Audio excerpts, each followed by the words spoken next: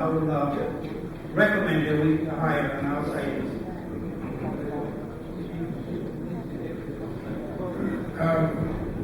At this time, Madam Clerk, Council President, if I may, I was actually waiting if someone else had wanted to score. And although I appreciate the respected councilman's recommendation, the councilman must not lose sight of the fact that as duly elected official, it is our obligation to conduct this inquiry. It is our obligation to do the fact finding. And it is also our obligation to report the results of that fact finding to the proper authority if necessary.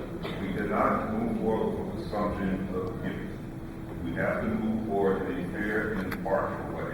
And as we gather the evidence, look at the material, and if that material may say that the administration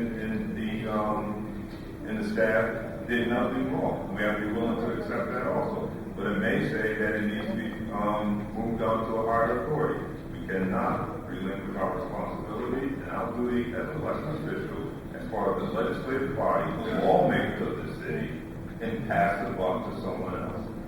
The people of Paterson are depending on government to work.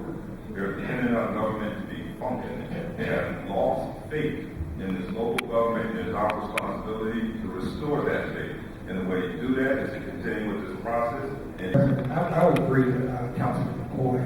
I think, for one, and for the taxpayers' sake, and the residents, we do not want to put ourselves in a legal snafu that we find ourselves paying more legal fees and lawsuits than this whole issue is costing us. I also agree with the chair that we do have an obligation to the community to have full disclosure in this area. There's no doubt about that. But I don't think at the expense of knowing that we've done something maybe illegal already, and if we perceive there to be additional legal charges, I don't think anybody in their right mind would, with right sense, would go to court without proper representation on either side. And I think we need to make sure that we have covered all those bases first, and I'm sure that we have proceeded already for special counsel. Obviously, it has put us in a precarious position with our corporation counsel a week ago when we met on Tuesday, and I don't even know when we got to the point of the first special meeting without those issues coming in front, that there was some legal issue that may have caused him to recuse himself. So at this point now, I think we both sides need to have some sound legal representation, not just for the benefit of this hearing, but for the benefit of the taxpayer. Because the last thing we want to do is end up in court paying a whole bunch of money for legal fees that, could drag out forever and ever. And that's the reality. And we have a history of legal fees and paying out over the years when it comes to this. So, Council President, under the leadership, I think we need to take a strong hold to see if it's worth us to move on with this. And in agreement, we need more than a statement, we need answers. So, is that going to be a legal bind to put the mayor in and ourselves? So, I mean, there's so many questions. I just really don't see how legally and soundly we can move on with this process. The vote is 3 in favor of the continuance, 5 for this continuance, 1 absent. Therefore, it's not. Council President. Councilman. Thank you, Council President.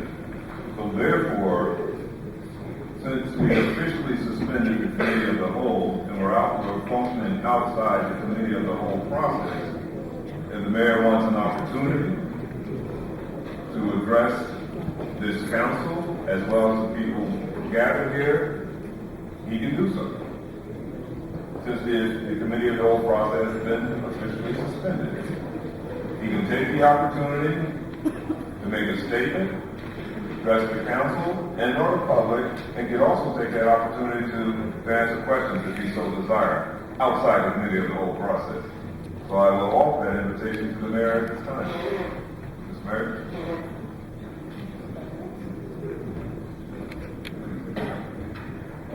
Councilman, I'm going to follow your lead, and I'm going to wait the process and be sure at the duration of the process, when everyone here, and I want to thank everybody here for being diligent and paying attention. There are reasons why you need to pay attention. Because everywhere that there's smoke isn't necessarily fire. But that's another conversation for another time. I am most confident and prepared. But process is process, and I will abide by the process. That's all. Thank you. Just one question, Mr. President, if I may. Not to the mayor, but I'm curious as to who this gentleman is here. You know who I am, sir. Miles Mike, Hold on, sir. Hold on, no, Councilman. Come to the mic, sir. Come to the mic.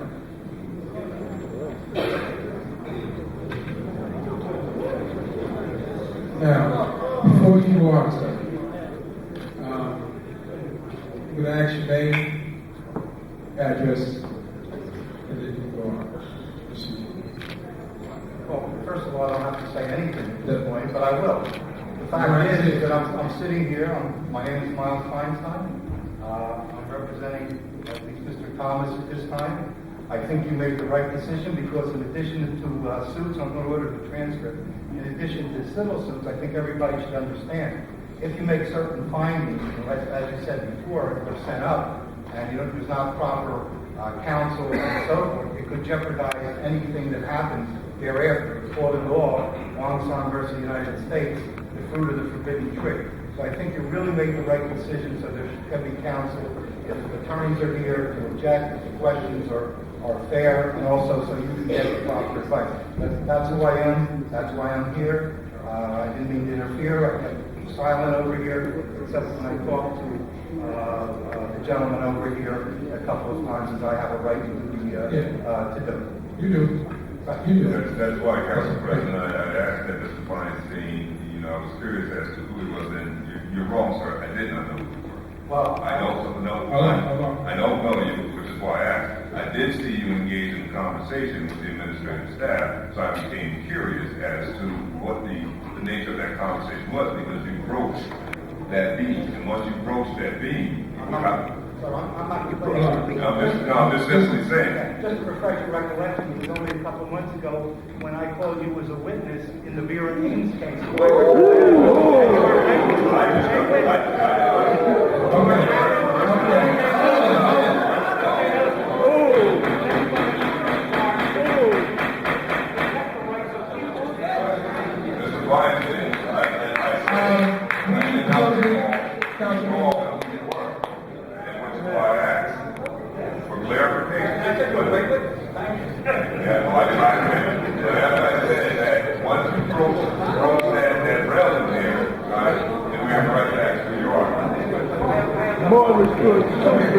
Okay, now this time.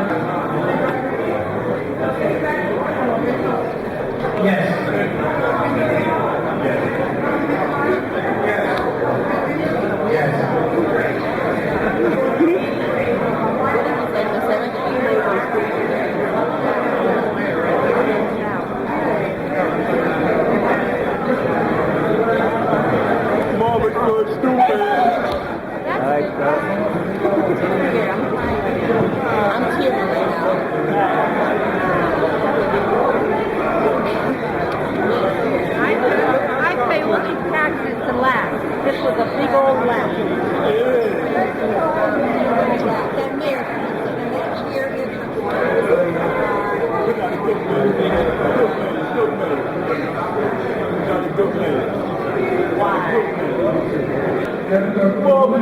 Thomas tonight. Okay. I'm protecting the rights of all the people for the night because nobody else has counsel.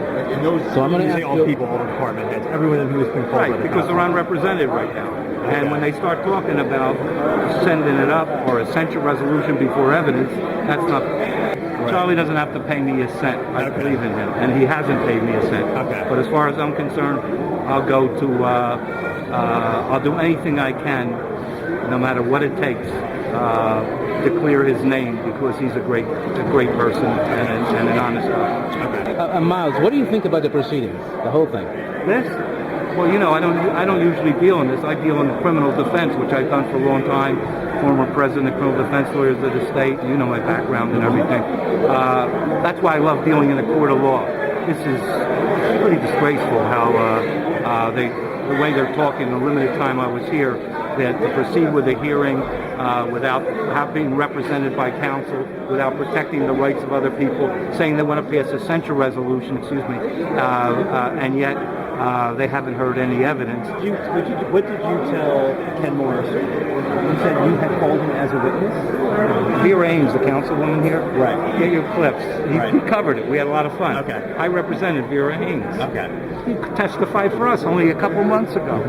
So he's like, so the whole thing about him not knowing who you were, baloney. He knew because Councilman Go, you could probably ask him who I know, okay, off the record, okay, and you know, because but I heard him say, that's Miles Feinstein. Then they had me stand up pretending they didn't know who I was. So they were basically just trying to call you out. Nobody calls me out. But they knew who you were, they just wanted to... I saw them talking to three as to who I was. You called Morrison a witness in a case for Vera Ames, the councilwoman right here, who's for or against me. For us, I called him. Okay, in a case against. No, he testified for Vera Ames. Vera Ames was charged with certain crimes, and they wanted to forfeit her office. I represented her. I called Morris as a witness. Why do you think he pretended that he didn't know you? Well, I don't know. Anybody can pretend. You have a right, First Amendment right. Thanks. Okay. I heard you say who it was, and they said they didn't know who it was. What do you do? Well, all they had to do, if you could... Mr. Mayor, can you tell us what happened tonight and your reaction? Well, I have no reaction. I'm very tired of the weather. Disappointed. I'm disappointed like last week. I continue to be disappointed because democracy has to prevail. My personal sentiments are things can be said in the chamber and to the public, and it can be taken as truth. And it's not my chamber, it's the council's chamber, and I respect that. But when the council has a chamber and you preface things and you prejudice, and you may not be aware of it, you create a different kind of element out here. Now, I have a family, and I have friends, and it's my community. And I have folks thinking I did something wrong, and I'm upset by it. So, now, it has to go to course. The course has to be done, and all things have to be cleared so they can see it. But can you put back in the bottle the damages that have been put on the table? And that can't be done. You think they did a lot of damage by what they've done? I'm the mayor of the city of Paterson. My responsibility is to protect the interest of the city, and that becomes the taxpayers. And the process, or lack thereof, should not have happened without a lawyer. You can't say anything else. And They knew... Everybody knew. My attempt as mayor was to say, this cannot proceed, you don't have it. There's no more else to say. They knew Mr. Forrester resigned since Tuesday. Can't say anything else. It's in the code book. Doesn't matter what anybody says. It's in the code. And since none of them are attorneys, you have to use legal representation. We all do. That's how government works, through the legalities. There's no other option. No other option. No other option. And when would you be with your lawyer the next time you come in? It's the process. And I'm abiding by the process. I'm the mayor. I work 24 hours a day, no matter what the circumstances are. And I'm free to stay and go. I came twice. Ready. And ready. Now, you described this as a kangaroo court the last time. It is what it is. Everyone has to make their own decision on what they see. Sometimes you turn the volume down, you see something that maybe your ears can blind you to. Meaning? Just because you hear things doesn't necessarily mean what you heard is accurate. Sometimes you just got to see it, and as you see it, you'll see things unfold a lot differently than what's heard. You mean from the city council? I mean, in life in itself. Oh, we're talking about next week. Thank you, Joe. You're welcome.